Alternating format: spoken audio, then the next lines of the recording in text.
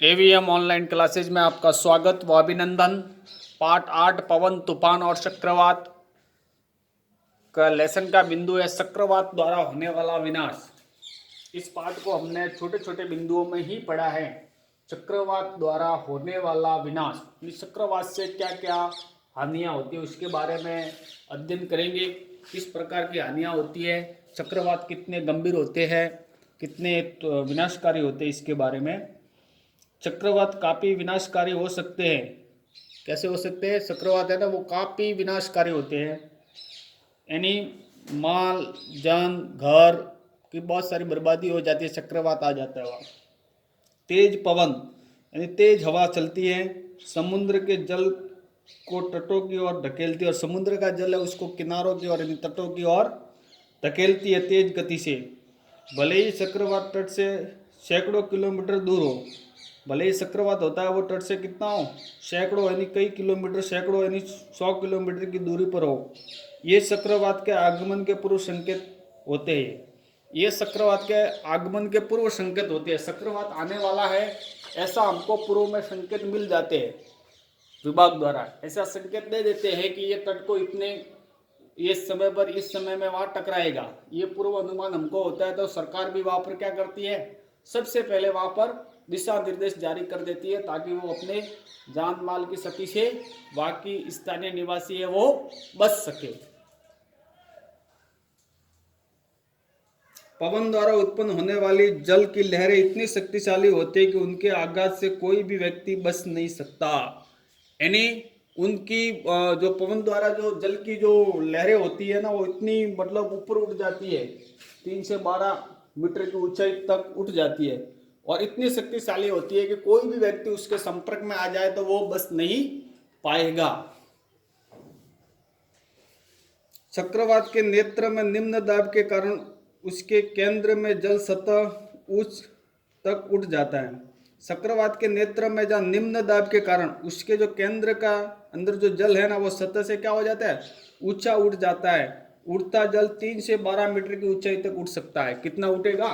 3 से 12 मीटर की ऊंचाई तक उठ सकता है। ये केंद्र में क्या होगा, केंद्र से ऊपर उठेगा निम्न दाब के कारण।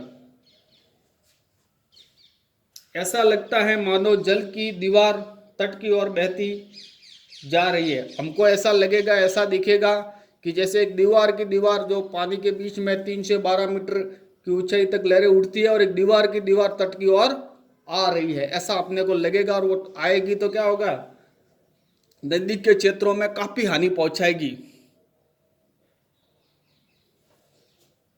इसके परिणाम स्वरूप समुद्र का पानी कम ऊंचाई पर स्थित तटीय क्षेत्रों में प्रवेश कर जाता है। जो समुद्र तल से कम ऊंचाई के क्षेत्र हैं वहां पर वो पानी प्रवेश करता है, जिससे जीवन और संपत्ति की गंभीर हानि होती है। जिससे क्या होता है, मकान के मकान ढह जाते हैं, संपत्ति, कुछ लोग उसके अंदर डूब के मर जाते हैं, इतनी सारी हानि होती है। ये पानी मृदा की उर्वरता को भी कम कर देता है। और ये जो होता है लवणीय पानी होता है समुद्र का, जो अपनी अच्छी भूमि के ऊपर आ जाता है, खेतों के अंदर वगैरह वहाँ, तो वहाँ पर क्या हो जाता है, उस भूमि की उर्वरा शक्ति है उसको भी कम कर देता है या नष्ट कर देता है। चक्रवात के तट को पार करते समय होने वाली लगातार वर्षा बाढ़ की स्थिति को और भयानक बना देती है।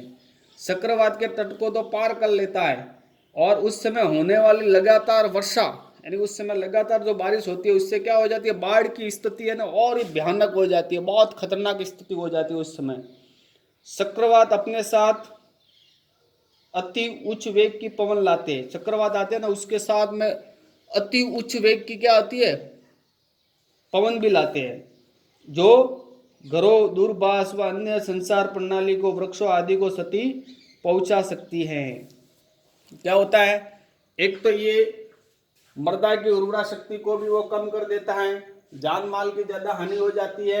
ये निम्न जो समुद्र तट से कम ऊंचाई वाले क्षेत्रों में पानी भर जाता है, वहां पर बाढ़ की स्थिति को और भयानक बना देता है। कब होती है, जब उस समय बरसात और हो रही हो, और इसकी स्थिति क्या और ज्यादा क्या खराब हो जाती है, लगातार वर्षा की स्थिति को और भयानक बना देती है।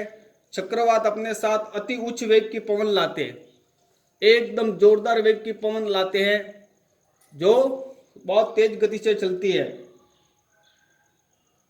जो घरों यानी घरों को भी नुकसान पहुंचाता है। टीन शेड के टीन उड़ जाते हैं, दूरभाष यानी दूरभाष कट जाता है और अन्य संचार के साधन है वो भी ठप हो जाते हैं। वृक्षों आदि को क्षति पहुंचा सकती है, यानी वृक्ष आदि गिर जाते हैं, जिससे जीवन और संपत्ति की अत्यधिक हानि होती है। एक है टोरेंडो। हमारे देश में टोरेंडो अधिक नहीं आते, ये हमारे देश में नहीं आते। भारत देश में टोरेंडो गहरे रंग के कीपाकार बादल होते। टोरेंडो क्या होते? टोरेंडो हमारे देश में अधिक नहीं आते, भारत देश में अपने यहाँ पर अधिक नहीं आते, लेकिन ये गहरे रंग के कीपाकार बादल होते। जो बादल होते हैं ना, ऐसे गहरे रंग के होते हैं और कीप की आकृति के होते हैं। इनकी कीप जैसी संरचना आकाश से पृथ्वी तक की ओर आती हुई प्रतीक होती है। ऐसा लग रहा है ये आकाश से पृथ्वी की ओर आ रहे हैं, ऐसा हमको दिखाई देता है। अधिकांश टोरेंडो कमजोर या निर्बल होते हैं। अधिकांश क्या होते हैं?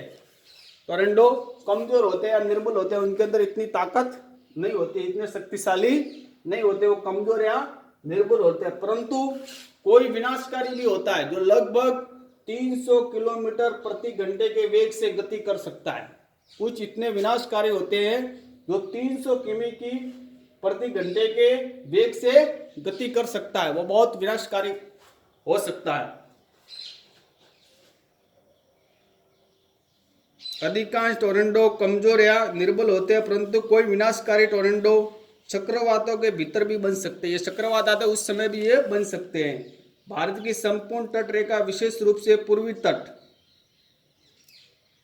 चक्रवातों के लिए संवेदनशील है, जबकि भारत का पश्चिमी तट चक्रवातों की प्रबलता और आवृत्ति दोनों की संदर्भों में अपेक्षा कम संवेदनशील है। अब भारत का जो पूर्वी तट है, पूर्व वाला भाग, वो वाला क्या है? अत्यधिक संवेदनशील है, लेकिन पश्चिमी तट है वो अत्यधिक संवेदनशील नहीं है। आज चक्रवात से होने वाले विनाश के बारे में इतना ही पढ़ेंगे। आगे इसका बिंदु आएगा जनता द्वारा किए जाने वाले कार्य और प्रभावी सुरक्षा के उपाय। ये दो बिंदु और हैं, इसको हम अगले लेसन या अगले शिक्षण बिंदु में इसको क्लियर करेंगे। धन्यवाद।